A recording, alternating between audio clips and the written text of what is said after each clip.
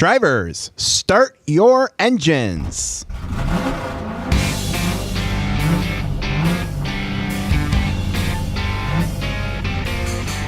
Recording live from the NASCAR Man Cave in the Motor City, this is the Lap Traffic Podcast with Tony and Brandon.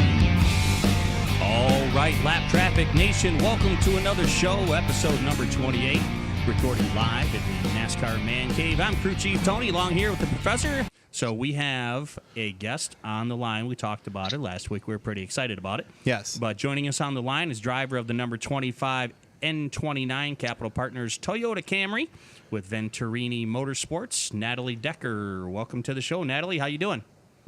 I'm doing good. Thanks for having me. Yeah, absolutely. Thanks for coming on. And happy birthday. Thank you. Belated, right? Yes, belated. Yeah. So are we allowed? You're still young enough. We can ask how old you are. Yeah, I'm still young enough to ask that question. I just turned 20. Okay, all right, Awesome. okay. Well, there's a All point. And I mean, when a guy knows when you don't ask anymore. That's right. It's just like so. Well, that's awesome. So Natalie, you're our very first female guest on the show, and we're happy to have you.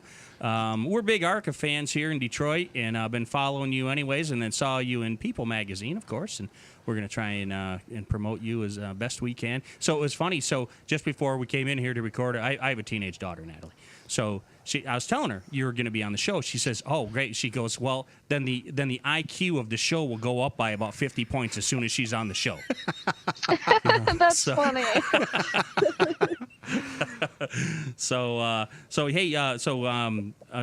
Glad you're on the show. So tell us a little bit about yourself. I mean, I read a little bit more in People and everything, but tell us about what's going on with Natalie Decker. How you guys got into racing? You're a lot of family racing. Yeah, I grew up around racing, a lot of snowmobile racing. My dad owns a snowmobile racetrack in Eagle River, Wisconsin. So I kind of got into it when I was younger, but I didn't really know what NASCAR was until I started figuring out like what go-karts were around 6 years old.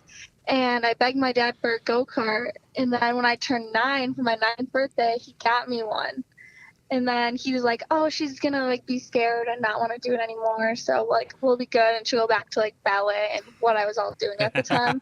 And then like 10 years later, here we are. You went open wheel on that go-kart, didn't you? Still going. So looking up some of the things you've done, I mean, you're pretty accomplished. I know Brandon's got the list. I do have the list. 2012 CWSSA Championship. 2012, you were like, what, 14, 15? yeah, I think I was 14. You won the Central Wisconsin Superstock Championship. Yes, I did. That's awesome. Wow. Yeah. I'm afraid to teach my daughter how to drive around the block. Scared out of my mind. And you're winning championships. Holy cats. 2013 ARCA SCAG Midwest Truck Tour Rookie of the Year. Some late model championships at State Park Speedway. You're making the rounds there. And in 2015, diversity program selectee for NASCAR. Tell us a little bit about that. What's the program like, the process, and that whole thing? Yeah, that was really cool. When I got picked for it, I was still in high school. I think I was only a junior. So I had to move down to North Carolina while also then do my high school classes online. So it was pretty cool to be down there racing full-time in North Carolina and living there while I was still in high school. Wow. And I met so many people through NASCAR and through the diversity program, and it was really great just to get all those contacts in my phone, and now when I see them at the racetrack at the ARCA races, they kind of knew who I was or remember my face and my name from being down there that year. Well, isn't it? It's kind of cool when you meet people, and you're like, man, I actually have that person's number in my phone. Yeah. But, it's kind of weird, isn't it? Yeah. Yeah.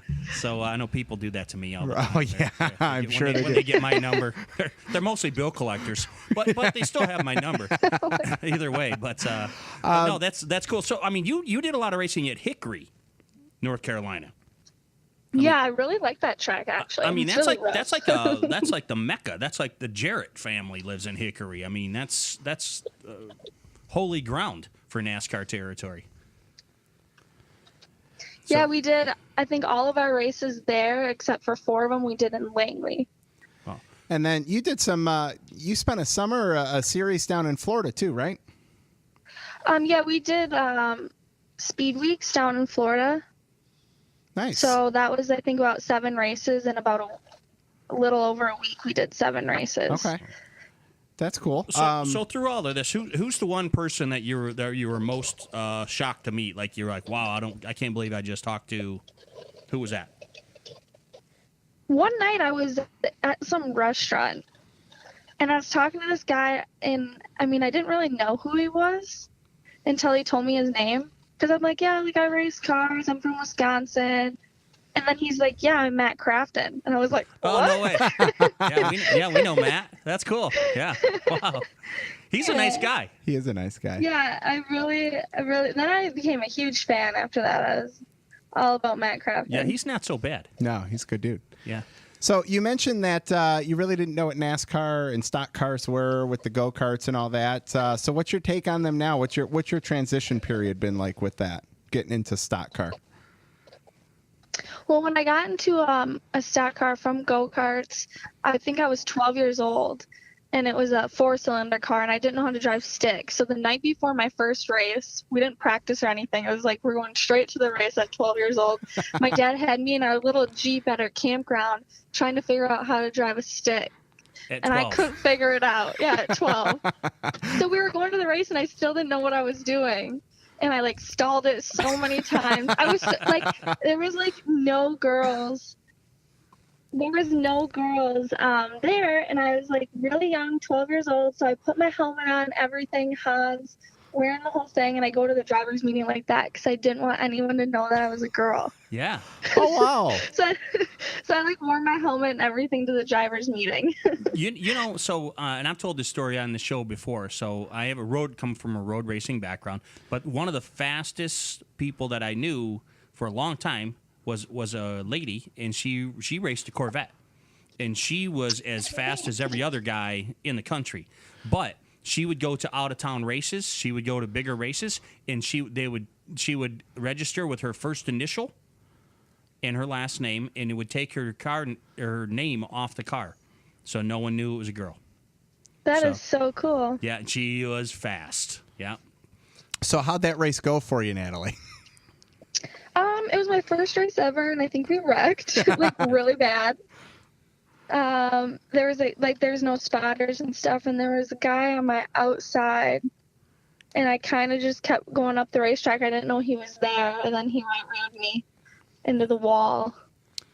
Yeah, Well, that's all right. 12 years old. I mean, just to be doing that's pretty badass. I would say that's But then a pretty few incredible. races later, I think we were winning. So like it escalated quick. That's awesome. Well, So how long did it take you to feel comfortable with the shift?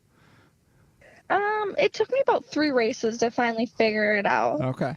And then I was bad. getting good at it. Then I was like spinning the tires, and then I was like wanting to always drive a car that was stick just because it was so fun. It is fun. I agree entirely. Yeah. I agree entirely. Well, that's cool. So through this NASCAR Drive for Diversity program, you raced with a lot of young, up and coming drivers. Who's a driver that you just went tooth and nail with? Just every time you got near that person, you were going to have to race as hard as you could. Oh, I really don't know. That's a good question. Nope. Nobody that you were like, because I know when I raced, it was like, oh man, not this guy again. Like, oh boy. We had No, I was Landon just Castle curious. on a few races ago, and we asked him that, and he said AJ Allmendinger. Anytime he sees the 47 in his rear view, it's like, oh man. Yeah, he says, "Oh God, this guy's going to run me over." That's what Landon Castle said. He does not like to see AJ Allmendinger anywhere near him. No. No, I was just wondering. So you got you've already run a couple ARCA races this year. Going to when's the next race? Road America. So Awesome. that's in August. Is that will that be your first road course in a stock car? Yep, my first road course in a stock car. And I did a lot of road racing in go-karts, but, that's going to be nothing compared to racing that ARCA car at Road America. That whole shifting thing's going to come in handy. Yes. Are you what are you guys doing to prepare for that?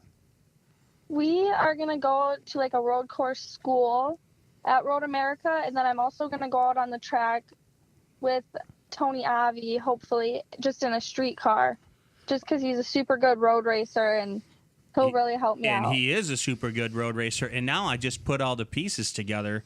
So Tony Avi used to be a snowmobile racer, didn't he? Yes, he did. Yes, he That's did. how we know. Look at that. Look at that. Crew Chief Tony There you pieced go. it together. I get the family connection now. Yeah, for sure. Well, he's a good teacher. Yeah, there's nothing wrong with him, right? Yeah. Tony knows that. That'll do. That'll do for sure. What kind of car are you running there? Do you know? I'm not too sure, but the first time I met Tony Avi, though, I think was at Road America when he was racing there. So that it was really cool. And then just a few months later, we figure out that we're going to be racing Road America in the ARCA car. And my dad called up Tony Avi right away and was like, yeah, we're going to need your help. Yeah. Not a bad number to have in that contact No, list there. see, that's why you keep those phone numbers right there. Yeah. Hey, Natalie, one of the things I noticed when I was doing a little research on you was that in 2016, you raced Johnny Sauter pretty hard to the line, I saw. What's it like knowing and competing against a truck veteran like Johnny Sauter? I love it when Johnny Sauter comes home to Wisconsin to race. He's always so fast and so good. And then he always has all the other little Sauter guys there, too. So it's like Johnny Sauter, Tim Sauter. Like, there's 20 of them, I swear. There's more than just them, Are too. those guys are those guys that you get to talk to much to lean on for some information and stuff like that from a learning perspective when they come to, home local tracks like that? Yeah. All the Sauters, they're so helpful. I raced against Tim a lot, too, and he helped me a ton at a track called State Park Speedway. Oh, the trucks were just there a couple weeks ago. I Yeah. think, yeah. Yeah, they were. So speaking of family, though, I mean, so obviously you get the snowmobile racing and everything, but you had some cousins and things that raced for a while. You were all racing something at some point, weren't you? I mean, Yeah, there was a point where my cousin Claire and I were both racing super lates the same year, so we were racing against each other every weekend. And that was really fun. We had a great time doing that. that's awesome. So what do you think NASCAR should do to increase diversity? Because I mean, I love stuff like this. I love seeing the programs like that coming through, and there's more and more drivers like yourself coming through the system. And what do you think if you ran NASCAR, what would you do to improve that? Well, they have that NASCAR Drive for Diversity program, and that's brought in diversity into NASCAR. So far, they brought in a lot of guys up through there. They just got to bring a girl, and then that. Is there anything you can do? You can think of that might help promote that program? Because I don't know from our fan base, for example, how many people maybe know, or like your average typical viewer on Sunday probably may not have heard of this program. They don't talk about it too much. Bubba Wallace came through. Bubba Wallace came through it. Joey Lagan, or no, not. There was someone else that came through there that was pretty big, I thought. Daniel Suarez. Daniel Suarez, thank you. That's Yep. what I was thinking of. And now Natalie Decker. And now Natalie Decker. On her way. That's on her right. way to the Yeah. top. Natalie, so the 3 races that you've done in ARCA has been with N29 Capital Partners. How'd you get hooked up with them? What's your relationship with that sponsor?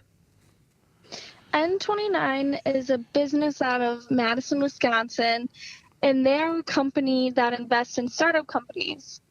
So I like to think of Natalie Decker Racing kind of as a startup company, trying to make it into NASCAR. I would agree. That's awesome. That's a great fit. That's awesome. And Venturini, that's a very well-known name in the racing world. Yes. How'd you get they together are with them? very well known. So my crew chief back at home is Kyle Walasik, and he used to work down south for a couple of years, and his first job, I think, was with Venturini Motorsports. So when we were talking to him and saying, like, okay, what are our next steps going to be? If we want to go to NASCAR, what do we got to do next? And we all agreed on ARCA. And then Kyle got me the connection to Billy Venturini during the PRI show. and that's the first time Billy and I talked.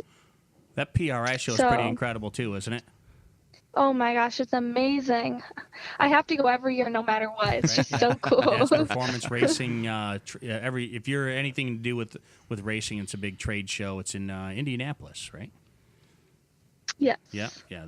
That's where everybody in the racing world is, regardless of what your specialty is. That's where you got to go. So that's a good place to meet everybody. So you're moved up to ARCA. You moved up. What's the biggest difference from like the super stocks and everything? Was it a big jump to ARCA, or is it a lot translate over? Yeah, well, I've been doing super late models for about 3 years now. So going into that ARCA car was a huge difference. They're so much heavier, so much bigger. They just drive way different than a super late model. And I got warned so many times by other ARCA drivers, and Billy and my crew chief back at home, Kyle, and then my crew chief that was going to be crewing on my ARCA car, Dave Liner. They were just telling me constantly how different it was going to be. So I was really prepared to feel the difference. And yes, it was a lot different the first time I got here. They weren't lying to you? What was that? It said they weren't lying to you? No, they definitely weren't lying. But I remember my first race at Toledo, the first caution comes out, and, they're like, so, how do you like it or whatever? My crew chief and my crew chief back home on my super late team was actually spotting for me because he also spots for me. And I go, you know what, Kyle? I think I like it better than my super late model. So 3 races. You got one more for ARCA. What's the season's still kind of young? So what else is on the schedule outside of Road America for you? Well, we're doing the whole ARCA Midwest tour with my super late model, and we're going to be going to Slinger Nationals. Oh, wow. My super late model, yeah. So it's going to be a good rest of the year. We got a lot of races coming up. And what's 2018 look like? Is plans finalized for that? You still working on that? What's the thought process with 2018 coming up? Yeah, N29 and myself and my race team, we're all working really hard on trying to get the next season all figured out and what we're going to do. Cool. Yeah, nice. So one thing that we're working on, so we're talking for the listeners, we were talking before we came on air. So Natalie was in People Magazine, which was really cool.